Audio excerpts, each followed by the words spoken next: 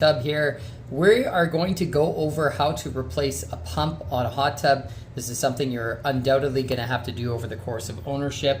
This is a brand new pump, and we're going to walk you through exactly what tools you need to go about doing this. Once you guys have the right part, we'll also show you how to swap out the pump, how to take the right bolts off, and how to reconnect it as well. So let's get started. Alex is here again to give me a hand with this video. So say hi to Alex. Hey guys, I'm Alex. So basically for what you're going to need for changing out the pump, you're going to want a oil filter wrench. This is casually used for mechanics for a car, but it is extremely useful for getting that big nut off. You want some gaskets, possibly replace them. It's always a good idea just to replace them just in case, make sure that you're all safe and sound. You want either a ratcheting wrench or a regular wrench, just depending on how much room you have, just for the pump feet screws there. Obviously, just a drill just to open up the front panel and the spot pack here. And then just one flathead screwdriver to remove the grounding lug from the old pump.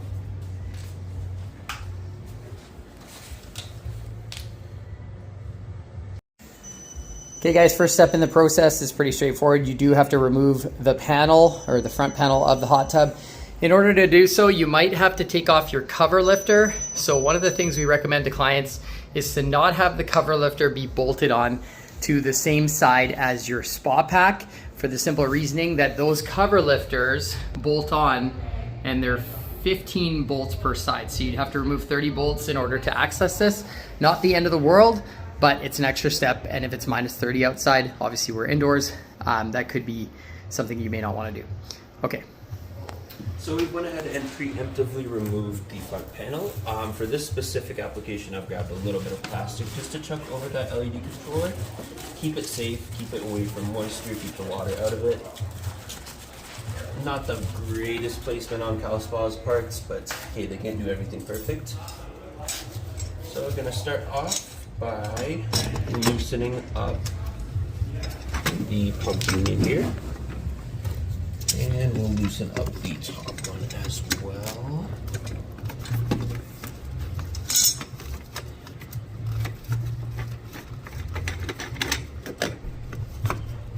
Pull that back. Now you'll see the water is going to come out there. It's a very good thing that we have put that plastic sheet there. Make sure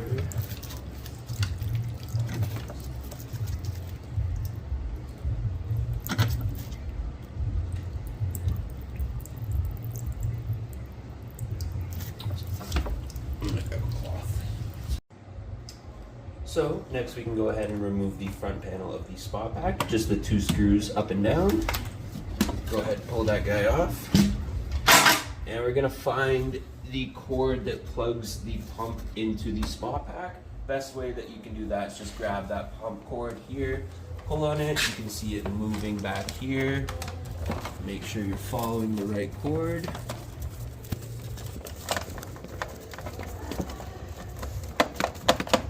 Found it going into here, found it's this one. And you can actually recognize that that is pump 1 because it has 4 separate wires. Pump 1 will always have a red wire to signify that it is a 2-speed pump. Go ahead and just unplug that guy. And make sure you remember the spots and the number that that plug-in was inserted into, because it's very important that you insert the new one into the same one. So for this pack here, it says right there, A3. So we'll go ahead and put the new pump into A3.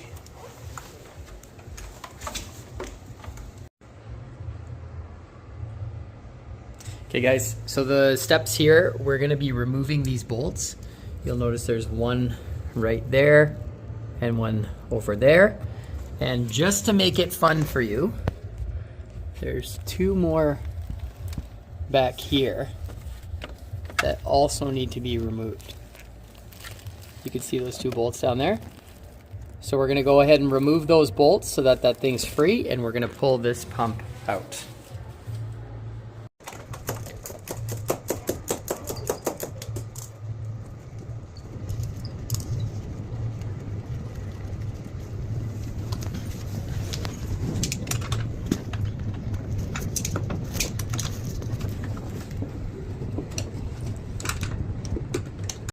So once we've gotten all these bolts removed, front and back, we'll go ahead and take care of the ground lugs there.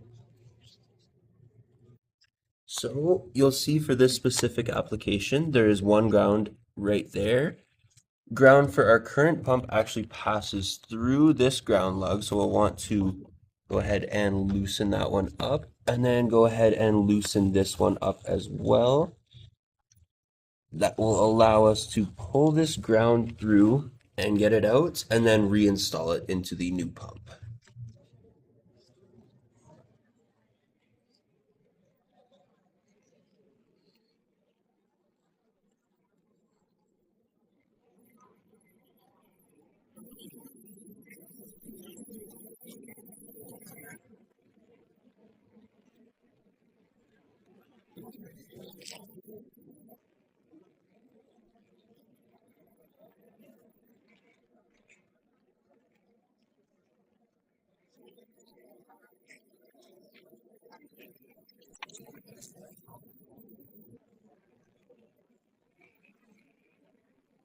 And be careful not to lose those screws, as it's difficult to find a replacement for them.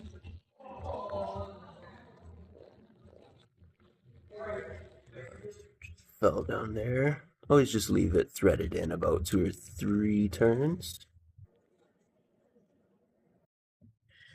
After we've removed that, we removed everything that's keeping this pump inside of this tub, so we can go ahead and take the power cord, which we had traced back earlier, and go ahead and just pull that one through.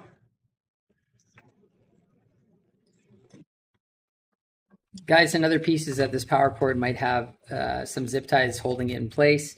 If those are in your way, certainly feel free to clip them and then reapply zip ties if necessary. As always, make sure that there's no power running to the unit. You should have already turned this thing off if that wasn't obvious to you, to make sure you don't get electrocuted. And then, with everything loose, we'll go ahead and just pull this guy out of here. So you want to go and take the least expensive pathway with the least amount of appliances. Think for this tub, it's going to be on this side. Pull it right through, getting caught on anything. And that's the old pump out.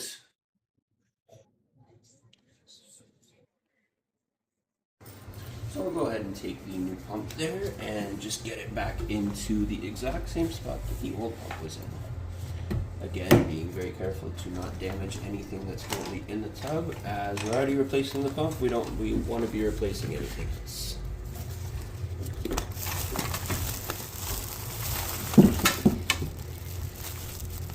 Being sure to line it up to where the old pump feet were. Come over your side here, buddy. Once you have both of the pump unions lining back up just as they were before, that's how you know you got it right in place. Another thing that's always nice to do is go ahead and change out those gaskets with the ones that I was mentioning at the start of the video. For the purpose of this video, this is our show tub. These gaskets are brand new, so I will not be changing them, but it is always nice to replace your gaskets, especially if your tub is more than 3 years old or so. It's a very good maintenance thing to do. So you can go ahead and take pump unions, just hand tighten them for now, put them back on.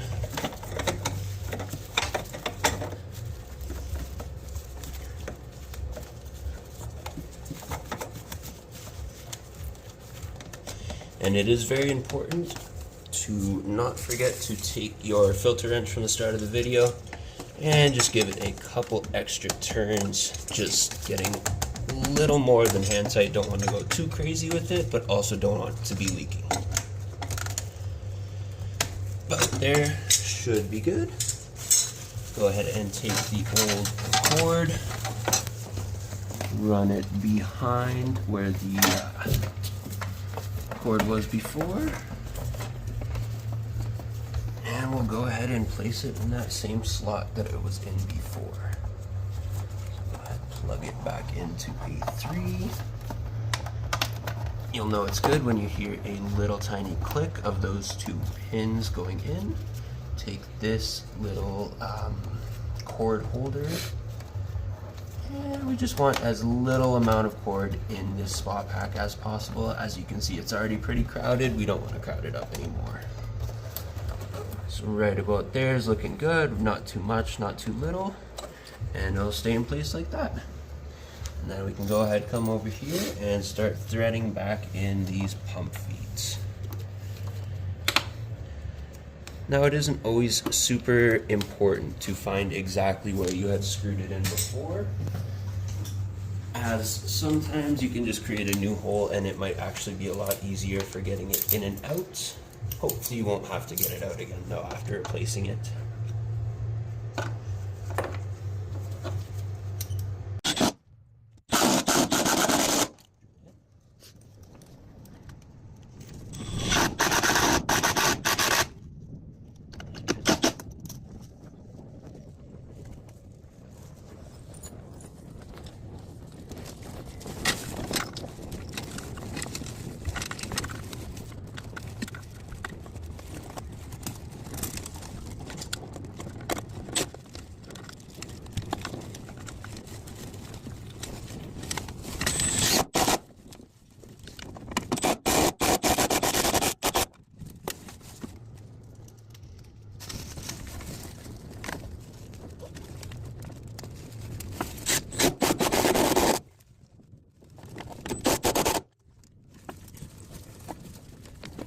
So last step, just go ahead and take that grounding lug out. Get it all the way out for now, just so that we can get that ground passed all the way through. Go ahead, find that end, and just kind of start running it through, just like how it was.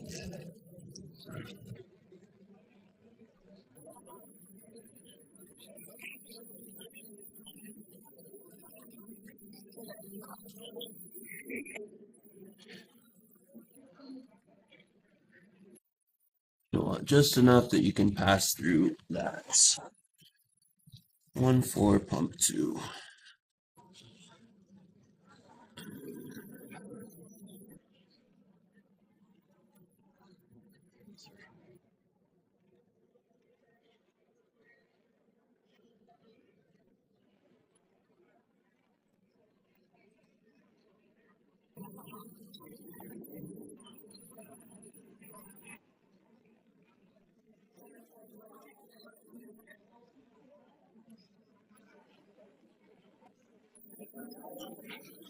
Should be good.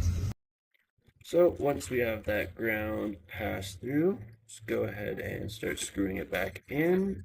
Shouldn't need too many turns, but we want to make sure that it's nice and tight so that the electricity will take the easiest path to ground.